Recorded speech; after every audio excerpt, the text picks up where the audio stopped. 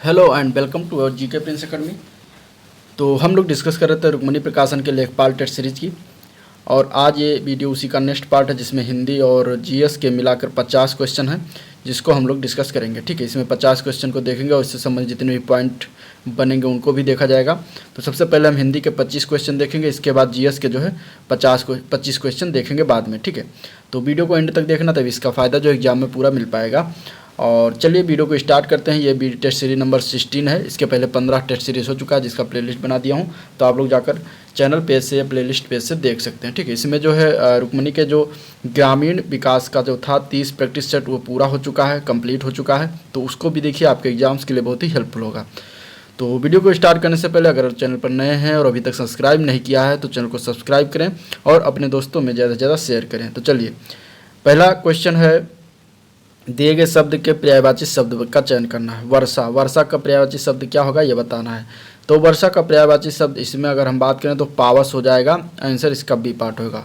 वर्षा के अन्य पर्यायवाची शब्द की बात करेंगे तो बारिश होता है और बरसात होता है। ठीक है, इसके बाद मेह भी होता है और पावस होता है। ठीक है, और वृष्टि भी होता है, वृष्टि। तो ये भी जो है वर्षा का पर्यायवाची होता है। तो ये सब पर्यायवाची जो है वर्षा के पर्यायवाची होते हैं, जो कि इसमें बी पार्ट में पावस दिया और यही इसका पर्यायवाची हो जाएगा। अगला क्वेश्चन देखते हैं, दिए गए वाक्यांश के लिए एक शब्द का चयन करना है। कम बोलने वाला, कम बोलने वाले को एक शब्द में क्या कहेंगे ये बताना है। ठीक है, तो कम बोलने वाले को एक शब्द में मितभाषी कहा जाता है, आंसर इसका क्या हो जाएगा, सी पार्ट हो जाएगा। ठीक है, अधिक बोलने वाले को क्या कहते हैं, वाचाल कहते हैं, और जो मधुर बोलता है उसे मधुरभाषी कहा जाता है। ठीक है, तो आंसर इसका क्या हो जाएगा, सी पार्ट हो जाएगा, मितभाषी। ठीक है, कम भाषी नहीं लगाना है। अगला क्वेश्चन है, दिए गए वाक्य में जो है रेखांकित खंड को प्रतिस्थापित करने के लिए उपयुक्त विकल्प का चयन करना है। अब ये जो रेखांकित वाक्य दिया गया है, पानी की स्वच्छ रख कर, इतना जो रेखांकित किया हो इसके जगह पे हमें क्या जो रखना है, मतलब सही रूप से ये गलत लिखा हुआ है। ठीक है, तो इसको अलग गलत, इसको इसके स्थान पर क्या रखेंगे ये बताना है। ठीक है, तो अगर हम सी पार्ट के आंसर की बात करेंगे तो सी पार्ट से हो जाएगा इसका, पानी को स्वच्छ रखकर लिखा जाता है। यानी कि पूरा वाक्य अगर हम पढ़ते हैं तो नदियों के पानी को स्वच्छ रखकर हम अपना भविष्य सुधार सकते हैं। ठीक है, तो ये क्योंकि एक अधिकार टाइप का हो गया तो इसमें की के जगह पे के जो है को रखा जाता है, तभी ये सही होगा। आंसर क्या हो जाएगा, सी पार्ट हो जाएगा, पानी को स्वच्छ रखकर। अगला क्वेश्चन है, राम ने रोटी खाई, किसका उदाहरण है ये बताना है। आसन्न भूतकाल, सामान्य भूतकाल, पूर्ण भूतकाल या संदिग्ध भूतकाल का ये बताना है। तो राम ने रोटी खाई, इसमें अगर हम बात करें तो ये सामान्य भूतकाल का उदाहरण है, आंसर क्या हो जाएगा, बी पार्ट होगा इसका। ठीक है, क्यों होगा, अब सामान्य भूतकाल की परिभाषा देख लेते हैं। तो क्रिया का वह रूप जिससे बीते हुए समय में कार्य करने का बोध हो। ठीक है, यानी कि तुरंत कार्य करने का समय जो होता है वो बीते हुए में अगर कार्य करें बीते हुए समय में, तो वहाँ पे सामान्य भूतकाल होता है। तो राम ने रोटी खाई यानी कि राम रोटी खा चुका है। ठीक है, क्रिया हो चुकी है बीते हुए समय में, तो यहाँ पर क्या हो जाएगा, सामान्य भूतकाल। ठीक है, ये बात हो गई। नेक्स्ट क्वेश्चन देखते हैं, निम्नलिखित में से उस विकल्प का चयन करें जो दांत खट्टे करना मुहावरे का अर्थ व्यक्त करता है। ठीक है, इसमें बताना है कि कौन सा अर्थ दांत खट्टे करने का होगा।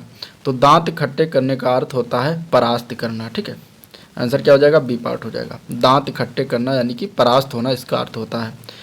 अगला क्वेश्चन है, रिक्त स्थान को भरने के लिए उपयुक्त शब्द का चयन करना है। हम जानते हैं कि डैश में बल होता है, किस में बल होता है, कुमति में बल होता है या फिर कायरता में बल होता है, फिर अशक्तता में बल होता है या फिर एकता में बल होता है।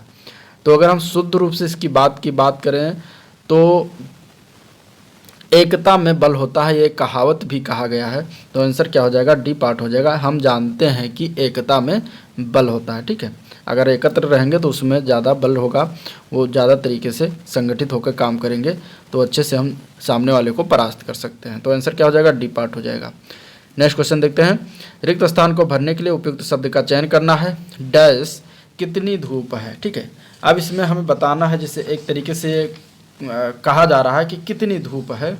ठीक है, तो इसमें अगर हम बात करें तो इसमें नाराज़गी या खेद व्यक्त करने का भाव प्रकट हो रहा है, तो इसमें क्या हो जाएगा, आंसर इसका उफ हो जाएगा, उफ कितनी धूप है। ठीक है, यहाँ पे क्या हो जाएगा, उफ कितनी धूप है, यानी खेद हो रहा है, नाराज़गी व्यक्त कर रहे हैं, तो इस तरीके से आंसर इसका क्या हो जाएगा, सी पार्ट हो जाएगा। ठीक है, अगला क्वेश्चन देखते हैं, दिए गए वाक्य के एक शब्द का चयन करना है जो नया आया हो, उसको एक वाक्य में क्या कहेंगे।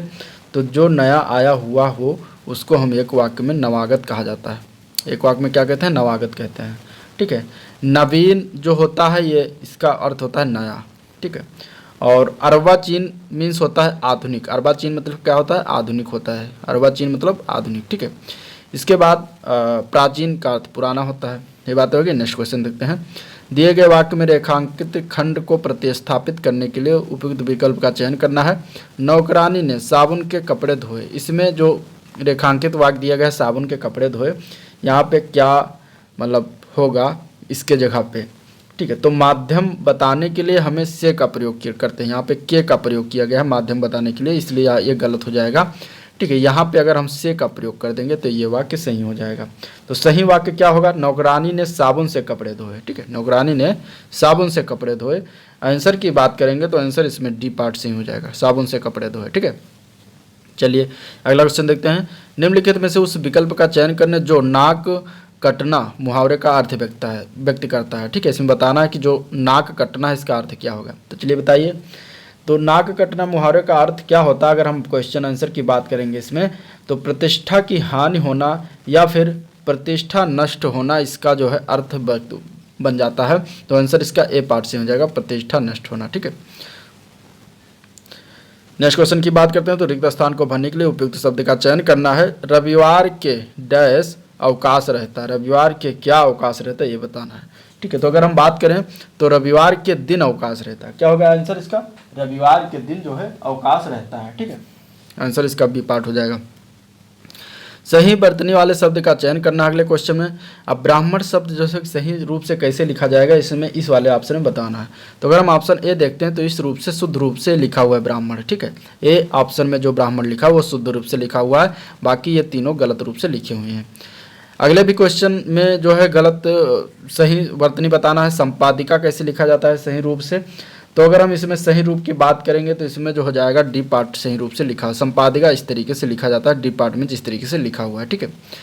नेक्स्ट क्वेश्चन बताना है कि दिए गए वाक्य का वह भाग ज्ञात करें जिसमें कोई त्रुटि दी गई है, यानी कि जिस भाग में गलत है उसको बताना है कि कौन सा भाग जो है इस वाक्य का गलत है। ठीक है।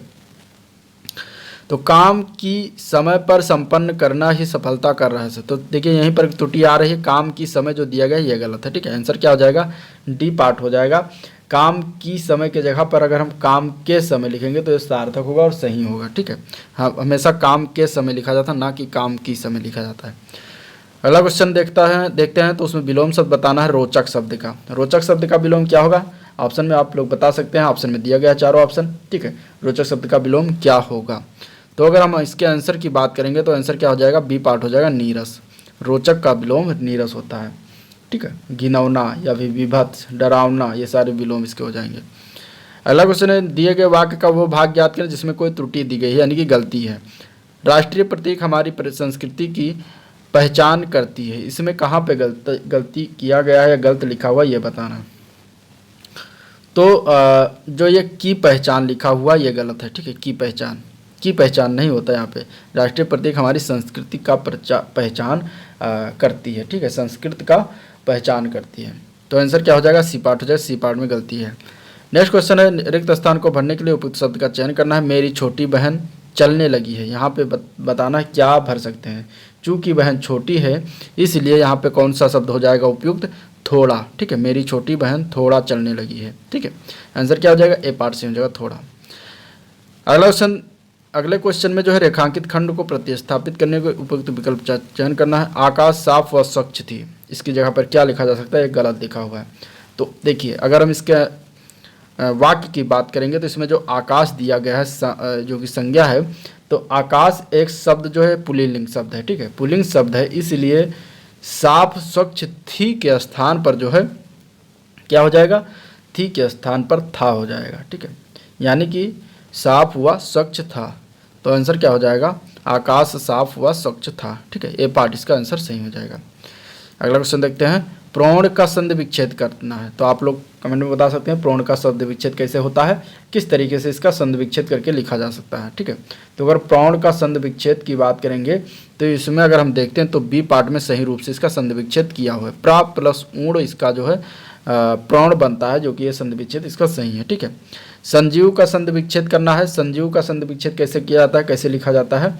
तो संजीव का संधि विच्छेद की अगर हम बात करेंगे तो इसमें आंसर हो जाएगा बी पार्ट में जो दिया गया, ये सही रूप से इसका संजीव का संधि विच्छेद दिया गया। ठीक है, तो आंसर क्या हो जाएगा? बी पार्ट हो जाएगा। चलिए नेक्स्ट क्वेश्चन देखते हैं, तद्भव तत्सम युग में एक युग्म गलत है, गलत युग्म का चयन करना है। बत्ती, वर्तिका, बनिया, बड़िक, पौत्र, पौत्री, बहुबधु। इसमें बताना है कि कौन सा गलत जो है युग्म गलत है। तो अगर हम गलत युग्म की बात करें इसमें तो हो जाएगा आपका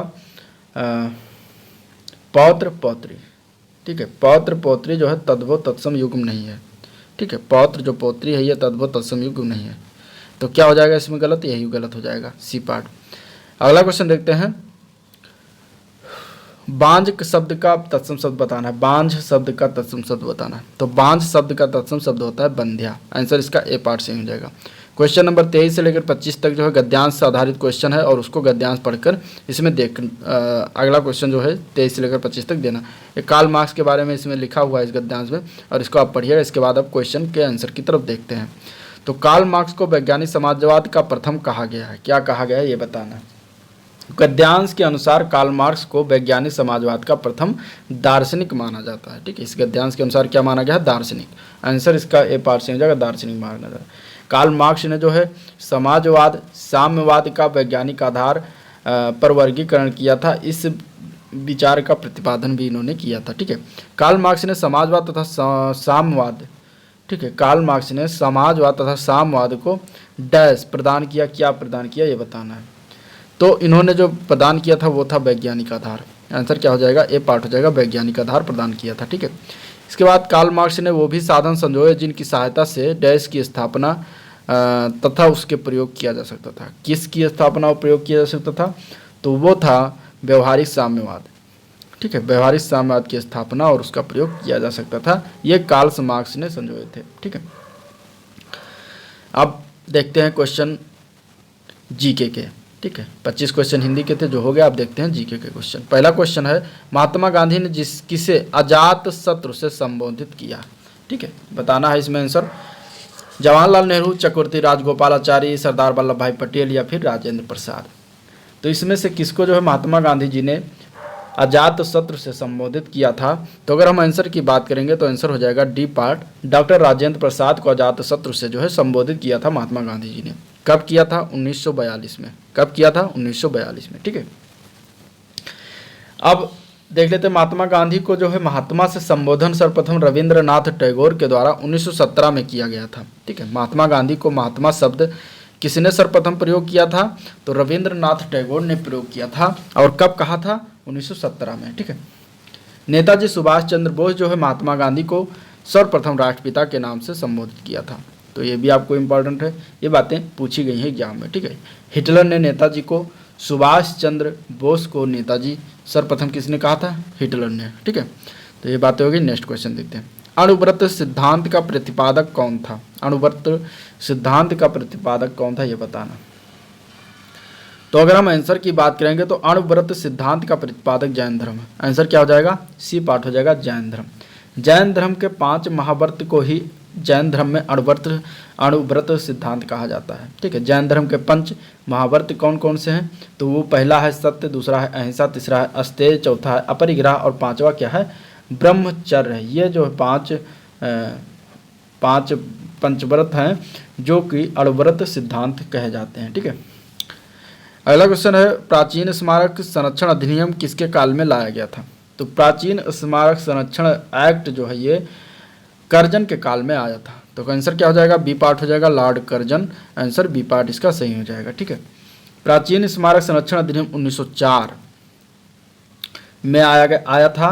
प्राचीन स्मारक संरक्षण एक्ट के द्वारा जो है पुरातात्विक सर्वेक्षण का महत्व एवं संरक्षण को बढ़ावा मिला। भारतीय पुरातत्व संरक्षण विभाग की स्थापना 1861 में जो है किया गया था। ठीक है, प्राचीन एवं ऐतिहासिक स्मारकों, पुरातत्वीय स्थल एवं अवशेष एक्ट 1951 में लाया गया। तो ये बातें कुछ हो गई। नेक्स्ट क्वेश्चन देखते हैं। निम्नांकित में से किसे भारतीय अशांति का जनक कहा जाता है? ठीक है, इंपॉर्टेंट क्वेश्चन है, ये क्वेश्चन पूछा जाता है एग्जाम में। तो ये जो कहा जाता है भारतीय अशांति का जनक, वो कहा जाता है लोकमान्य बाल गंगाधर तिलक को। ठीक है, आंसर क्या हो जाएगा? बी पार्ट हो जाएगा। लोकमान्य बाल गंगाधर तिलक को भारतीय अशांति का जनक सर्वप्रथम वैलेंटाइन सिरोल ने कहा था। तिलक सेवा और बलिदान में विश्वास करते थे, उनमें सरकार की सत्ता को चुनौती देने का साहस था। तिलक सिरोल पर मानहानि का मुकदमा चलाने के उद्देश्य से इंग्लैंड गए थे। वैलेंटाइन सिरोल ने आर्य समाज संस्था को भी अशांति का अग्रदूत कहा था। मैडम भीकाजी कामा को भारतीय क्रांतिकारियों की माता कहा जाता है। ठीक है, सर्वप्रथम दयानंद सरस्वती ने जो है स्वशासन शब्द का प्रयोग किया था। ठीक है, चलिए नेक्स्ट क्वेश्चन देखते हैं। निम्नलिखित में से सबसे बाद में क्या हुआ ये बताना है। सहायक संधि अनुशूलन समिति का गठन, इंडियन पेट्रियाटिक की स्थापना या फिर लाहौर षड्यंत्र। इनमें से बताना है कि सबसे बाद में क्या घटित हुआ था। तो अगर हम आंसर इसकी बात कर लेते हैं तो आंसर इसका डी पार्ट हो जाएगा। लाहौर षड्यंत्र जो हुआ था वो सबसे बाद में घटित हुआ था। कब? अब डेट देख लेते हैं। लाहौर षड्यंत्र हुआ था 1928 में। कब हुआ था? 1928 में। ठीक है, इसके बाद अगर हम देखते हैं लाहौर षड्यंत्र, जो ये षड्यंत्र है ये सैंडर्स की हत्याकांड से संबंधित एक मुकदमा था। लाहौर षड्यंत्र के आधार पर ही भगत सिंह, सुखदेव और राजगुरु को फांसी भी दी गई थी, जो सन था 23 मार्च 1931 को। सहायक संधि को प्रारंभ जो है लॉर्ड बेलिजली ने किया था। सहायक संधि पर हस्ताक्षर सर्वप्रथम 1798 में हैदराबाद के निजाम ने किया था। तो कब हुआ था ये? 1798 में। 1798 में यह सहायक संधि हुआ था सर्वप्रथम। ठीक है, इसके बाद इंडियन पेट्रियाटिक एसोसिएशन की स्थापना जो है सर सैयद अहमद खान के द्वारा 1888 में किया गया था। 1888 में सर्वप्रथम किया गया था। ठीक है, और इसके बाद अगर बात करते हैं तो इसके जो है स्थापक कौन थे, संस्थापक कौन थे? सर सैयद अहमद खान। ये भी आपको याद रखना है। ठीक है, सबसे लास्ट में क्या हुआ था? लाहौर षड्यंत्र हुआ था, ये आपको याद रखना है। अगला क्वेश्चन देखते हैं। जीन किससे बना होता है? जीन शब्द जो है किससे बना होता है ये बताना है। ठीक है, जीन जो होता है न्यूक्लिक अम्ल का बना होता है। आंसर इसका ए पार्ट हो जाएगा, न्यूक्लिक एसिड। ठीक है, क्रोमोसोम जीन का संवाहक होता है और क्रोमोसोम में 2 न्यूक्लिक अम्ल डीएनए और आरएनए पाए जाते हैं। ठीक है, जीन जो है एक वंश सूत्र इकाई है जो क्रोमोसोम में स्थित होता है। ठीक है, डीएनए के क्रियात्मक खंड को जो है जीन कहा जाता है। ये बातें होगी। नेक्स्ट क्वेश्चन देखते हैं। सिंथेटिक कंबल, स्वेटर आदि में किसका प्रयोग किया जाता है ये बताना है। ठीक है, तो सिंथेटिक कंबल स्वेटर में जो है एक्राइलिक का प्रयोग करते हैं। आंसर इसका ए पार्ट हो जाएगा, एक्राइलिक का प्रयोग। ठीक है, ऊन के बदले में प्रयुक्त होने वाला बहुलक तंत्र जो सिंथेटिक कंबल, स्वेटर आदि में प्रयुक्त होता है उसे वह क्या होता है? एक्राइलिक होता है। एक्राइलिक जो है फाइबर, सिंथेटिक फाइबर है जिसकी निर्माण एक्राइलोनाइट्राइल से होता है। ठीक है, नायलॉन मानव द्वारा जो है निर्मित प्रथम कृत्रिम रेशा है जिसका नामकरण न्यूयॉर्क और लंदन के सूक्ष्म रूप से हुआ है। ठीक है, नायलॉन जो है कुछ एलिफैटिक यौगिक पर आधारित कृत्रिम पॉलीमरों का सामूहिक नाम होता है। ठीक है, तो ये बात होगी। नेक्स्ट क्वेश्चन देखते हैं। मानव शरीर में ऑक्सीजन के अभिगमन में सहायक नहीं होता। क्या नहीं होता? रक्त, फुफ्फुस, ऊतक या फिर पेप्सिन। तो अगर आंसर की बात करेंगे तो ये आंसर इसका डी हो जाएगा, पेप्सिन। पेप्सिन जो होता है वो ऑक्सीजन के अभिगमन में सहायक नहीं होता। ठीक है, पेप्सिन जो है प्रोटीन का एक पाचक एंजाइम होता है। ऑक्सीजन का अभिगमन मानव शरीर के जिस प्रथम अंग में होता है वो कौन सा होता है? वो फुफ्फुस ही होता है। ठीक है, तो आंसर इसका क्या हो जाएगा? डी हो जाएगा। नेक्स्ट क्वेश्चन देखते हैं। बेसिक कंप्यूटर भाषा आई कब आई ये बताना है। ठीक है, तो अगर हम बात करें बेसिक कंप्यूटर भाषा जो है ये लैंग्वेज जो चौथी पीढ़ी में आए थे, चतुर्थ जनरेशन में आया था। तो आंसर इसका क्या हो जाएगा? डी पार्ट होगा, 4th जनरेशन। ठीक है, वर्तमान में 700 कंप्यूटर लैंग्वेज हो चुके हैं इस समय। C++, A+, क्रिप्टॉल आदि जो है कंप्यूटर की लैंग्वेज हैं। ठीक है, फर्स्ट जनरेशन में जो है आए थी उस भाषा का नाम है फोर्ट्रान। फोर्ट्रान जो है वो फर्स्ट जनरेशन में आया था, फोर्ट्रान फर्स्ट। ठीक है, इसके बाद अगर हम बात करें सेकंड जनरेशन में तो सेकंड जनरेशन में आया था एल्गोल 60 लैंग्वेज जो आया था वो सेकंड जनरेशन में आया था। ठीक है, और इसके बाद कोबोल भाषा भी जो है सेकंड जनरेशन में ही आया था। कोबोल लैंग्वेज कब आया था? सेकंड जनरेशन में आया था। थर्ड जनरेशन में की अगर बात करते हैं तो थर्ड जनरेशन में ठीक है एल्गोल डब्लू आया था। ठीक है, एल्गोल डब्लू कब आया था? थर्ड जनरेशन में आया था। एल्गोर डब्ल्यू कब आया था? थर्ड जनरेशन में आया था। इसमें पास्कल भी आया था, थर्ड जनरेशन में ही, ठीक है। सिमुला करके एक लैंग्वेज आया था, वो भी थर्ड जनरेशन में आया था, ठीक है। सिमुला करके लैंग्वेज आया था, थर्ड जनरेशन में आया था। फोर्थ जनरेशन में जो है clue language, अलार्ड language, Euclid language, Oracle language, basic computer language सारे जो है फोर्थ जनरेशन में आया था। फिफ्थ जनरेशन में जो है आर्टिफिशियल इंटेलिजेंस आ गया। फिफ्थ जनरेशन में क्या है? आर्टिफिशियल जो है इंटेलिजेंस आ गया। कंप्यूटर के जन्मदाता की बात करें तो चार्ल्स बेबेज को कहते हैं। सुपर कंप्यूटर में जो है फ्लॉप का प्रयोग होता है। फ्लॉप का प्रयोग किस में होता है? सुपर कंप्यूटर में, ठीक है। और इसके बाद अगर हम बात करें फ्लॉप का फुल फॉर्म तो फ्लोटिंग ऑपरेशन पर सेकंड होता है, ठीक है। सुपर कंप्यूटर के जन्मदाता का नाम क्या है? तो सेमॉन जो है वो सुपर कंप्यूटर के जन्मदाता है। सेमॉन कौन है? सुपर कंप्यूटर के जन्मदाता। सेमॉन क्रे इनका पूरा नाम है, सेमॉन क्रे। चलिए अगला क्वेश्चन देखते हैं। नेक्स्ट क्वेश्चन है, मनुष्य के शरीर में ताप नियंत्रण केंद्र कहाँ स्थित है? तो मनुष्य के शरीर में ताप नियंत्रण केंद्र की बात करें तो हाइपोथैलेमस में। कहाँ पर है? हाइपोथैलेमस। आंसर क्या हो जाएगा? सी पार्ट हो जाएगा, हाइपोथैलेमस, ठीक है। हाइपोथैलेमस जो होता है वो शरीर के ताप विनियमन प्रणाली के जो अन्य भागों जैसे कि रोम, कूप, पसीने की ग्रंथियां, रक्त नलिका, त्वचा के साथ शरीर के ताप को नियंत्रित करता है। हाइपोथैलेमस कहाँ पर होता है? तो मस्तिष्क के मध्यवर्ती क्षेत्र में स्थित होता है हाइपोथैलेमस, ठीक है। हाइपोथैलेमस शरीर के तापमान के साथ दैहिक कार्य, जठरांत्र संबंधी मार्ग के विनियमन का भी कार्य करता है। इसका सबसे महत्वपूर्ण कार्य जो होता है वो पीयूष ग्लैंड के माध्यम से तंत्रिका तंत्र को अंतःस्रावी तंत्र के साथ जोड़ता है, ठीक है। तो ये बात हो गई। नेक्स्ट क्वेश्चन देखते हैं। अगला प्रश्न है, पानी के 4 डिग्री सेंटीग्रेड पर शरीर तैरता है और यदि तापमान 100 डिग्री सेंटीग्रेड हो जाए तो शरीर क्या होगा? डूब जाएगा, कोई परिवर्तन नहीं होगा, कुछ अधिक भाग पानी में डूबेगा, फिर आसानी से तैर सकता है। तो हम आंसर की बात करेंगे तो आंसर इसका ये पार्ट हो जाएगा, शरीर क्या हो जाएगा? डूब जाएगा, ठीक है। पानी का ताप बढ़ने पर पानी का घनत्व जो है कम हो जाता है, जिसके कारण 100 डिग्री तापमान वाले पानी का घनत्व कम होने पर शरीर जो है पानी में डूब जाएगा। यही एक कारण बनता है, ठीक है। कम घनत्व के कारण ही समुद्र के पानी में तैरना नदी के पानी की अपेक्षा आसान होता है, ठीक है। तो बातें हो गई। नेक्स्ट क्वेश्चन देखते हैं। वो आर गेट का बुलियन व्यंजक होता है, क्या होता है ये बताना है, बुलियन व्यंजक, ठीक है। और अगर हम इसके आंसर की बात करेंगे तो आंसर इसका ये पार्ट हो जाएगा, a + b = y, इसका बुलियन व्यंजक होता है, ठीक है।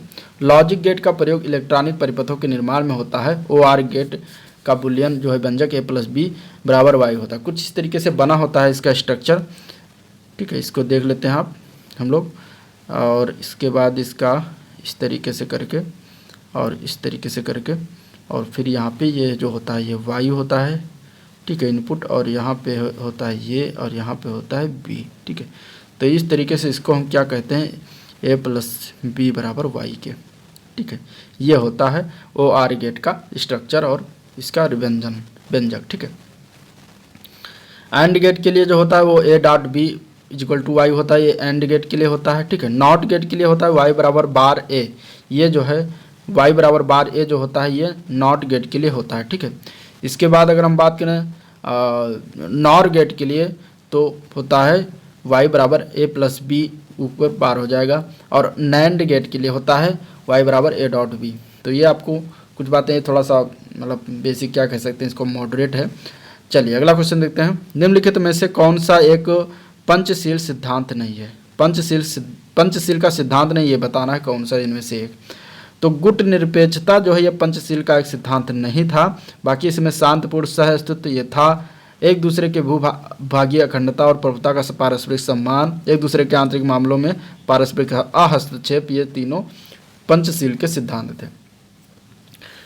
29 अप्रैल 1954 को पंचशील समझौता पंडित जवाहरलाल नेहरू और चीन के प्रधानमंत्री चाउ एन लाई के मध्य हुआ था। पंचशील सिद्धांत के अंतर्गत प्रावधान की बात करें तो पहला था दूसरे देश के आंतरिक मामलों में हस्तक्षेप न करना, दूसरा था एक दूसरे पर आक्रमण न करना, तीसरा था शांतिपूर्ण सहअस्तित्व की नीति का पालन करना, चौथा था सभी देशों द्वारा अन्य देशों के क्षेत्रीय अखंडता और प्रभुसत्ता का सम्मान करना, ठीक है।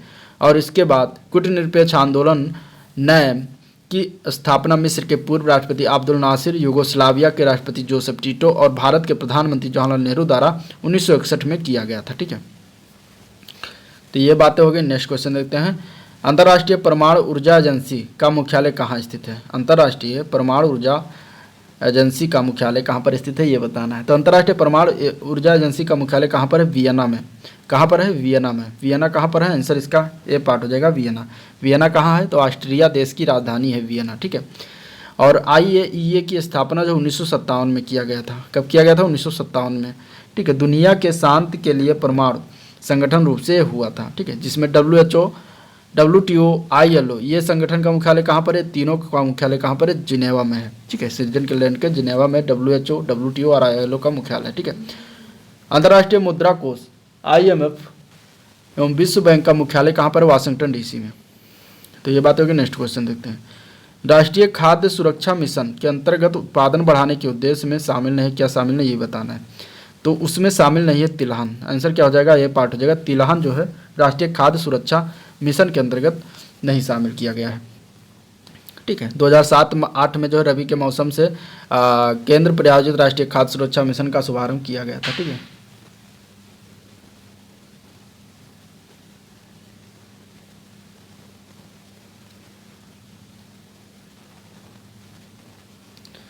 तो आंसर क्या हो जाएगा? ए पार्ट हो जाएगा। नेक्स्ट क्वेश्चन देखते हैं। निम्न में से कौन स्वयं सहायता समूह में बैंक लीकेज कार्यक्रम को जो है कार्यान्वित नहीं करता है, ठीक है। इसमें बताना है कि कौन सा समूह है जो स्वयं सहायता समूह के बैंक लीकेज कार्यक्रम को कार्यान्वित नहीं किया करता है। तो उसका आंसर हो जाएगा ए पार्ट नाबार्ड, ठीक है। नाबार्ड जो है स्वयं सहायता समूह बैंक लीकेज कार्यक्रम को कार्यान्वित नहीं करता है। नाबार्ड स्वयं सहायता समूह के लिए धन का आवंटन भी नहीं करता है। नाबार्ड में कोई व्यक्ति खाता भी नहीं खोला जा सकता, किसी की व्यक्ति का भी। नाबार्ड की स्थापना की बात करें तो इसकी स्थापना हुई थी 12 जुलाई 1982 को इसकी स्थापना किया गया था नाबार्ड की, ठीक है।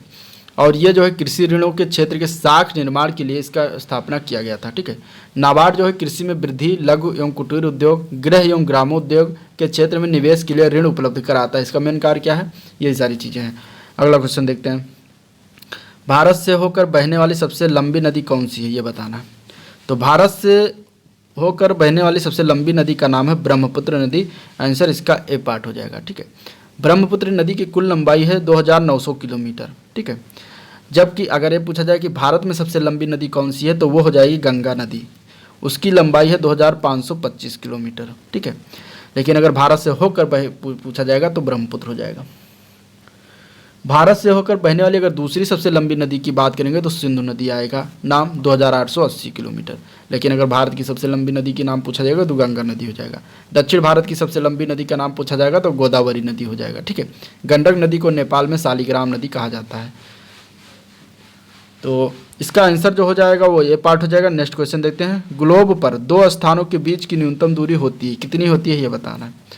तो प्रधान देशांतर रेखा होती है न्यूनतम दूरी के बीच, ठीक है। आंसर क्या हो जाएगा?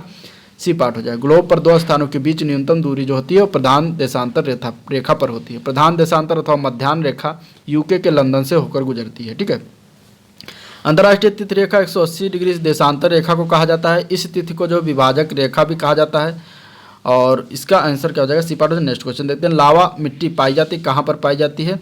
तो लावा मिट्टी जो पाई जाती है वो मालवा के पठार में पाई जाती है। आंसर इसका बी पार्ट हो जाएगा, मालवा का पठार, ठीक है। मध्य प्रदेश के मालवा के पठार में लावा मिट्टी पाई जाती है। ज्वालामुखी द्वारा निकलने वाला लावा से बनी हुई मिट्टी को लावा मिट्टी कहते हैं, ठीक है। और इसके बाद अगर देखते हैं अगला क्वेश्चन, निम्नलिखित में से कौन सा बेमेल है, यानी कि कौन सा गलत मेल किया हुआ है। तो अगर हम देखते हैं जस्ता झारखंड, तो ये गलत मेल है, ठीक है। जस्ता झारखंड सुमेलित नहीं। जस्ता के प्रथम उत्पादन में जो है प्रथम स्थान राजस्थान राज्य का है। तो यही आपका आंसर हो जाएगा डी पार्ट, ठीक है। बाकी और सारे सही हैं। अगला क्वेश्चन है, संविधान की प्रस्तावना का विधिक स्वरूप क्या है? तो संविधान की प्रस्तावना को कोई विधिक स्वरूप नहीं, इसलिए इसे लागू नहीं किया जा सकता। तो आंसर इसका क्या हो जाएगा? बी पार्ट हो जाएगा, इसे लागू नहीं किया जा सकता, ठीक है। बेड़ूवारी केस हुआ था 1960 में और उसमें सर्वोच्च न्यायालय ने यह निर्णय लिया था कि संविधान प्रस्तावना जो है संविधान का अंग नहीं है, ठीक है। संविधान की व्याख्या जो है प्रस्तावना के अंतर्निहित भावार्थ के आधार पर किया जाता है। लेकिन केशवानंद भारती विवाद हुआ था 1973 में, तब सर्वोच्च न्यायालय ने जो है पूर्व के निर्णय को बदलते हुए कहा था कि प्रस्तावना जो है संविधान का अंग है। तो सर्वोच्च न्यायालय अपने अनुसार इसको करती रहती है। अब अगला क्वेश्चन देखते हैं। कौन सा इसमें सही सुमेलित है ये बताना है। बंदी प्रत्यक्षीकरण to have the body of प्रमादेश वी कमांड प्रतिषेध टू बी सर्टिफाइड या अधिकार परीक्षा बाई वाट अथॉरिटी। अब इसमें बताना है कौन सा सही सुमेलन है। सही सुमेलित इसमें सी पार्ट दिया है, प्रतिषेध बराबर जो दिया गया है टू बी सर्टिफाइड, ये सही पार्ट है। ठीक है, सही ऑप्शन है, आंसर इसका क्या हो जाएगा, सी पार्ट हो जाएगा। प्रतिषेध को जो है रिट ऑफ प्रोहिबिशन कहा जाता है।